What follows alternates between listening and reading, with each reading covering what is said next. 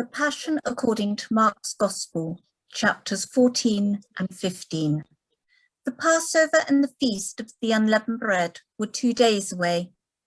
The Jewish leaders, the chief priests and the scribes, gathered to discuss how they might secretly arrest Jesus and kill him. We can't do that during the festivals. It might create an uproar. While Jesus was eating dinner in Bethany at the house of Simon the leper, a woman came into the house carrying an alabaster flask filled with a precious sweet-smelling ointment made from spikenard. She came to Jesus, broke the jar, and gently poured out the perfume onto his head. Some of those around the table were troubled by this and grumbled to each other. Why did she waste this precious ointment?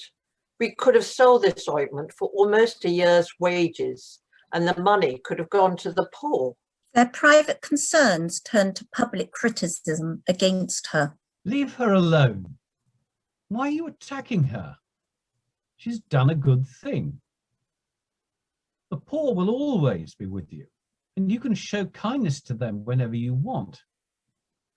But I won't always be with you. She has done what she could for me. She has come to anoint my body and prepare it for burial. Believe me when I tell you that this act of hers will be told in her honor, as long as there are people who tell the good news. The disciples can't see any value in pouring so much perfume on Jesus. It's obviously a waste.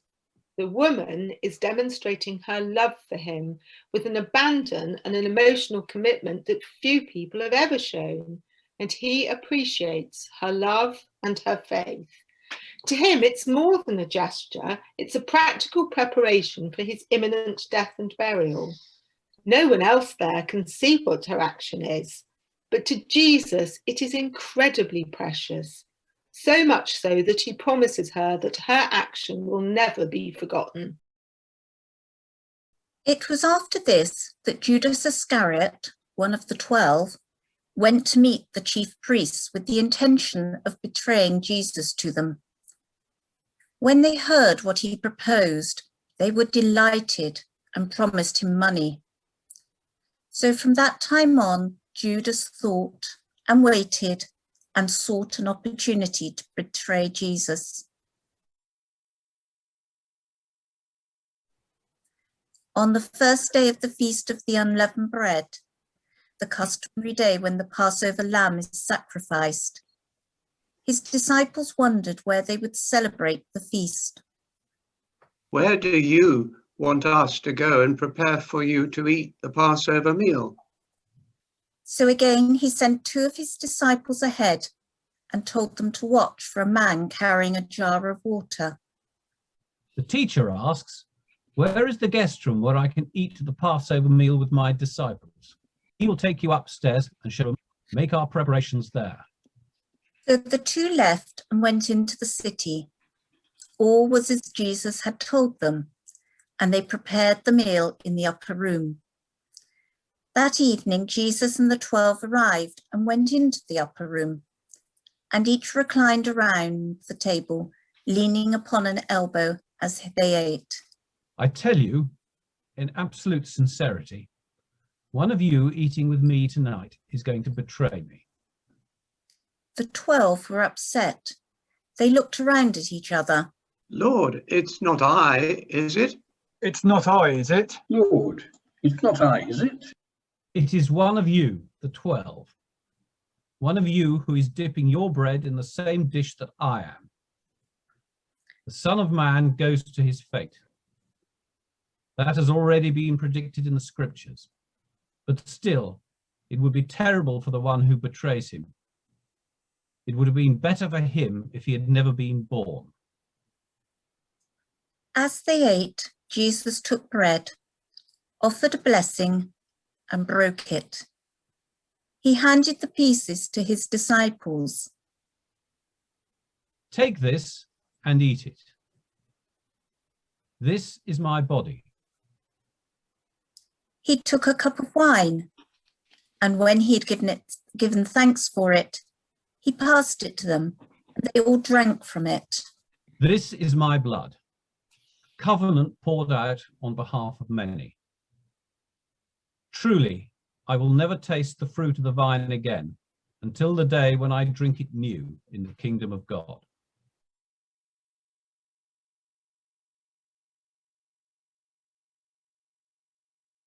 This moment is being commemorated for 2,000 years. Exactly what Jesus meant by calling the bread and wine his body and blood has been debated for centuries.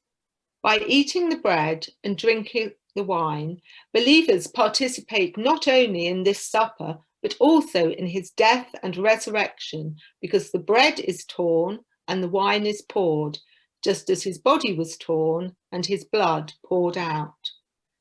Just as Jesus' physical body housed the Spirit of God, the physicality of the bread and wine has a spiritual significance. Otherwise, we wouldn't need to eat the bread and drink the wine to celebrate the moment.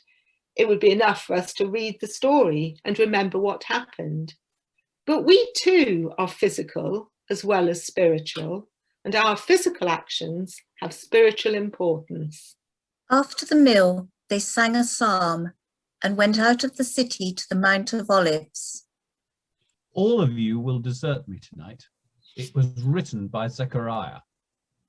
I will strike the shepherd and the sheep will scatter. But when I am raised up, I will go ahead of you to Galilee. It doesn't matter who else turns his back on you. I will never desert you. Peter, mark my words. This very night, before the cock crows twice, you will have denied me 3 times. No, teacher. Even if it means that I have to die with you, I will never deny you. All the other disciples said similar things. They came at length to a garden called Gethsemane. Stay here. I'm going a little further to pray and to think. He took Peter, James, and John with him, and as they left the larger group behind, he became distressed and filled with sorrow. My heart is so heavy. I feel as if I could die. Wait here for me and stay awake to keep watch. He walked a little further on. Then he threw himself on the ground and prayed for deliverance from what was about to come. Abba, Father, I know that anything is possible for you. Please take this cup away so I don't have to drink from it. But whatever happens, let your will be done, not mine.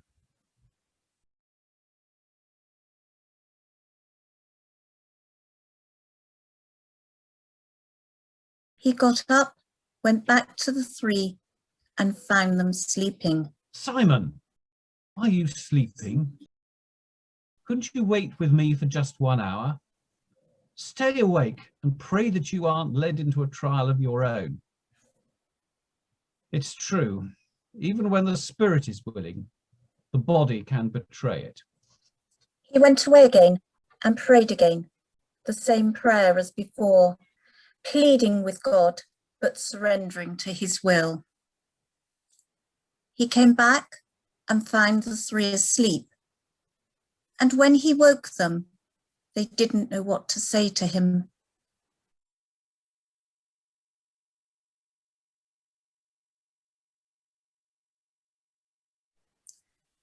After he had gone away and prayed for a 3rd time, he returned to find them slumbering. Again? Still sleeping and getting a good rest? Well, that's enough sleep. The time has come. Son of Man is betrayed into the hands of sinners. Get up now and let's go. The one who is going to betray me is close by. In the moments before Jesus' death, he really knows what it feels like to be human and afraid.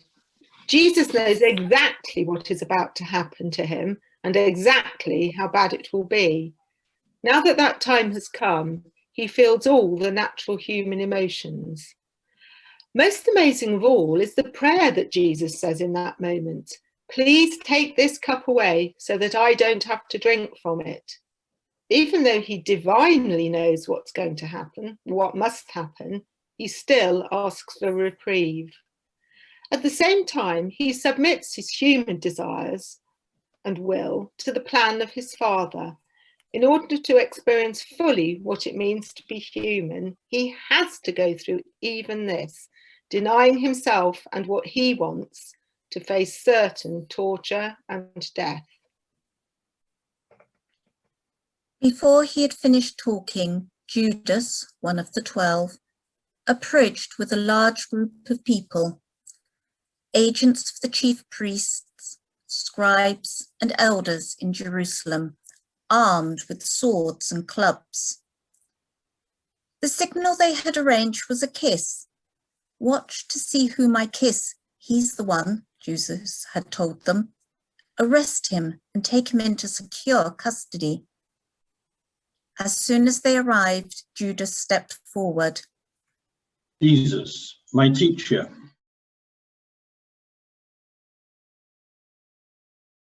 Immediately, the soldiers grabbed Jesus and took him into custody. Now, one of the disciples standing close by drew his sword and swung, cutting off the ear of a slave of Caiaphas, the high priest. Am I a thief or a bandit that you have to come armed with swords and clubs to capture me? I sat teaching in the temple every day with you. You could have taken me at any time, but you never did. Let the scriptures be fulfilled. When they saw the armed crowd take Jesus into custody, the disciples fled. One of those following Jesus was a young man who was wearing nothing but a linen cloth. When people from the mob grabbed for him, he wriggled out of their grasp, left them holding the cloth, and ran away naked into the night. They led Jesus off to the high priest, who had gathered a council of religious and civic leaders, scribes, chief priests, and elders to hear the evidence and render some decision regarding Jesus. Peter followed at a safe distance, all the way into the courtyard of the high priest, and he sat down with the guards to warm himself at their fire. He hoped no one would notice. The chief priests and other religious leaders called for witnesses against Jesus so they could execute him. But things didn't turn out the way they'd planned. There were plenty of people willing to get up and accuse Jesus falsely, distorting what Jesus had said or done. But their testimonies disagreed with each other, and the leaders were left with nothing. Some gave the following distorted testimony. We heard him say, I will destroy the temple that has been made by human hands, and in 3 days I will build another one not made by human hand. But even here, the witnesses could not agree on exactly what he'd said. Jesus, God's anointed, the liberating king, has not come as a conquering king, but as a sacrificial lamb who will die without defending himself. He is accused of setting himself in the place of God, but he is innocent of that accusation because he is God. He does not defend himself because his death protects from punishment the sinners who have made themselves like God ever since Adam ate the fruit in the garden. Are you God's anointed, the liberating king, the son of the blessed one? I am. One day you will see the Son of Man sitting at his right hand in the place of honor and power and coming in the clouds of heaven. Then the high priest tore his clothes. What else do we need to hear? You have heard the blasphemy from his own lips. What do you have to say about that? The verdict was unanimous. Jesus was guilty of a capital crime. So the people began to humiliate him. Some even spat upon him. Then he was blindfolded, and they slapped and punched him. Come on, prophet. on, Prophesy for us. Prophesy. Tell us who just hit. Come on, prophet. Prophesy for us. Then the guards took him, beating him as they did so. While Peter was waiting by the fire outside, one of the servants' girls of the high priest saw him. You were one of those men with Jesus of Nazareth. Woman, I don't know what you're talking about. He left the fire, and as he went out into the gateway, a cock crowed. The servant girl saw him again. Hey, this is one of them, one of those who followed Jesus. No, I'm not one of them. A little later, some of the other bystanders turned to Peter. Surely you're one of them. You're a Galilean. Tell by your accent. And then he swore an oath that if he wasn't telling the truth, that he would be cursed. Listen, I don't even know the man you're talking about. And as he said this, a cock crowed a second time. And Peter remembered what Jesus had told him. Before the cock crows twice, you will have denied me 3 times. He began to weep.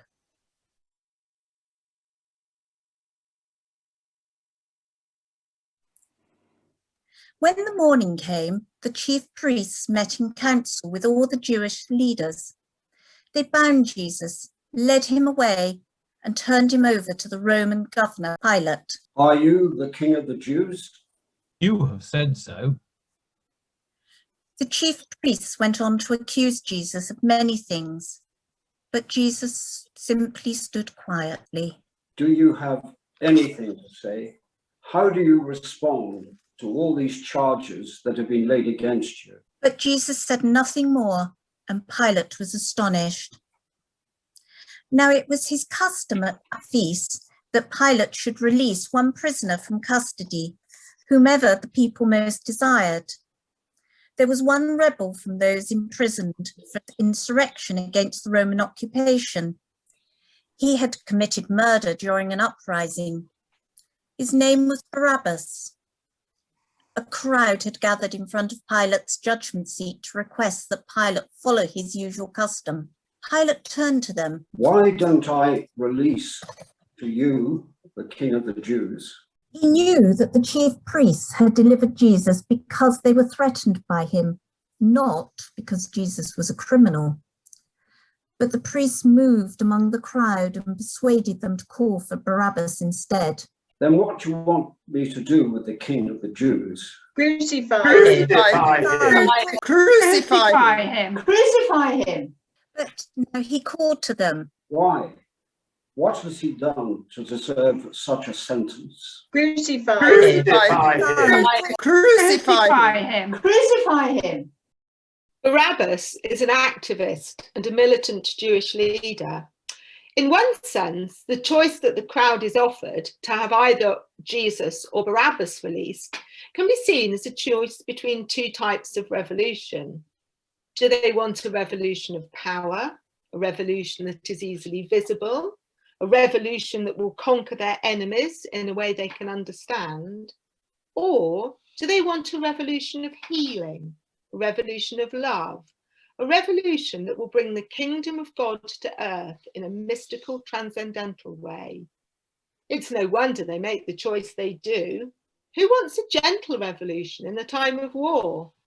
When Pilate saw that he could not persuade the crowd to change its mind, he released Barabbas to them and had Jesus publicly whipped, which was the normal prelude to crucifixion.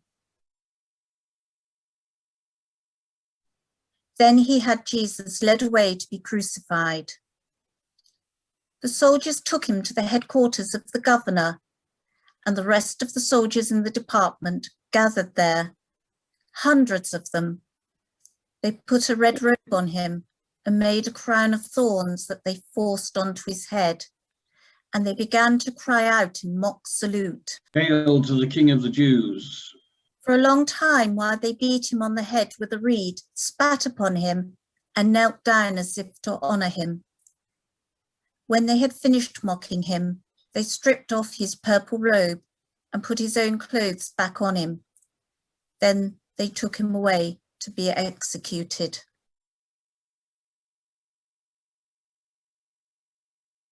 Along the way, they met a man from Cyrene, Simon, the father of Rufus and Alexander, who was coming in from the fields, and they ordered him to carry the heavy crossbar of the cross.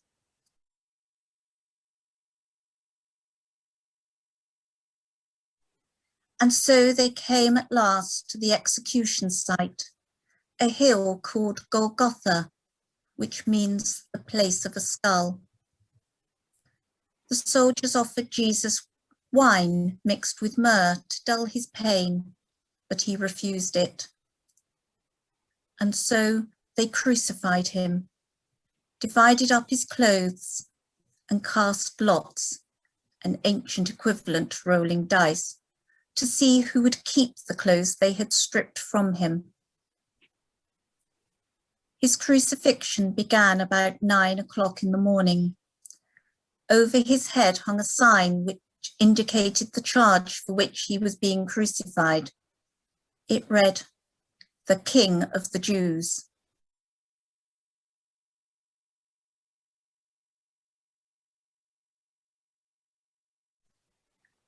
On either side of him were 2 insurgents who had also received the death penalty. And the Hebrew scripture was completed that said, he was considered just another criminal.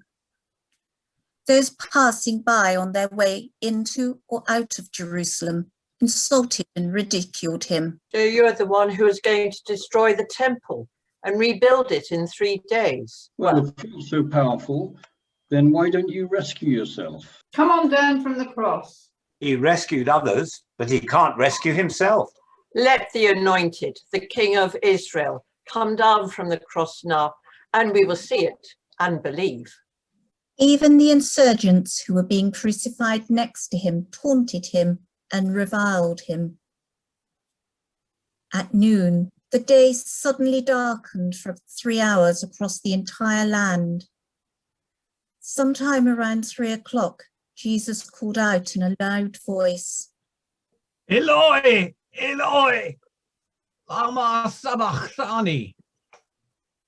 Jesus was speaking, as in the Psalms, my God, why have you turned your back on me?"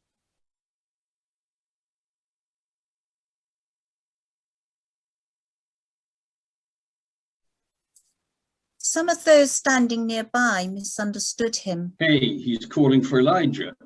One of them filled a sponge with wine that had turned into vinegar and lifted it to Jesus' lips on a stick so he could drink. Let's see if Elijah will come and take him down. Then Jesus cried out with a loud voice, and he took his last breath.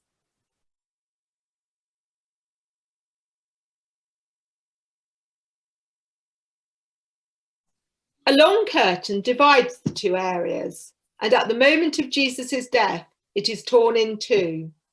The veil that serves as a means to protect everyone but the high priest from the power of God's presence is no longer needed, because Jesus, on account of his sacrificial death, gives everyone access to God.